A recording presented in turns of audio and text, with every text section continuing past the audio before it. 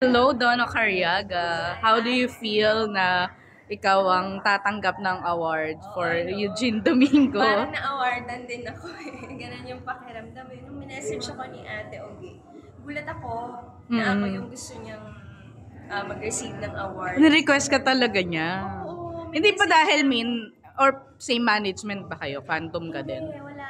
Oh my God, nakakatuwa naman. Nakaka-touch, diba? So, Can you tell me the story? Paano kayo naging close ni ano? Actually, ang backstory ko niyan, may backstory. Ang haba. Go lang. Ano talaga ako, fangirl talaga ako ni Ate Ogie. Like yung level na iniintay ko siya sa labas ng PETA after ng show niya. Uy, nangyari sa akin yan. Because alum na namin siya sa UP Theater Council eh. So yung isang show niya, hindi Bona yun na nauna pa yata, na inantay ko din siya. Na, diba? Tapos nagpapapicture ako. Yeah, same. So, ganung Yeah. level, imagine, ganung level. Yung college pa ako niyan eh. Tapos talagang nung nagkaroon na ako ng medyo may budget na ako, galing kasi akong Baguio ate, diba? Oo. So nung medyo nagkaka-budget na ako para makaluwas ng Maynila, makanood ng mga theater plays, ganyan. Pinapanood ko siya. Tapos isang beses sinintay ko talaga siya, nakauwi na lahat. Ganyan, siguro nag-director's notes pa sila. So yun yung first na encounter namin talaga ng personal. Hanggang sa cut to 2020, ano nga year yung 10 Little Mistresses? 2023? Pinalabas, pero 2022 namin ginawa. So nag-audition ako for the role. Nung sinabi nila na parang ako yung magiging lagi kasama nung character ni Ate Ogie. Tuwan-tuwa Sige ka. po, mag-audition. Grabe na parang ano talaga, na manifest. Talaga naman. Mas malala ko yung post ko before.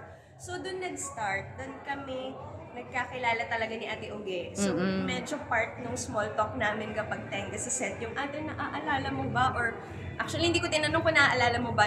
Sinabi ko lang sa kanya, hinintay ko po kayo nun sa PETA, ganyan-ganyan. Siya yung nakaalala. So, parang nakakakilig na, ikaw si Instax girl. Ganun sa Oh, Instax girl. Instax yung camera mo, yeah. Oh my God. So, naalala niya. Ganyan. Tapos after nun, dahil din si Ate Ogie, mas sports din siya. So, nakikita din niya minsan workout exercise din ako. Niyayaya na niya ako sa naglalaro kami ng badminton, table tennis. Ganyan. Tapos nagro-rope flow kami.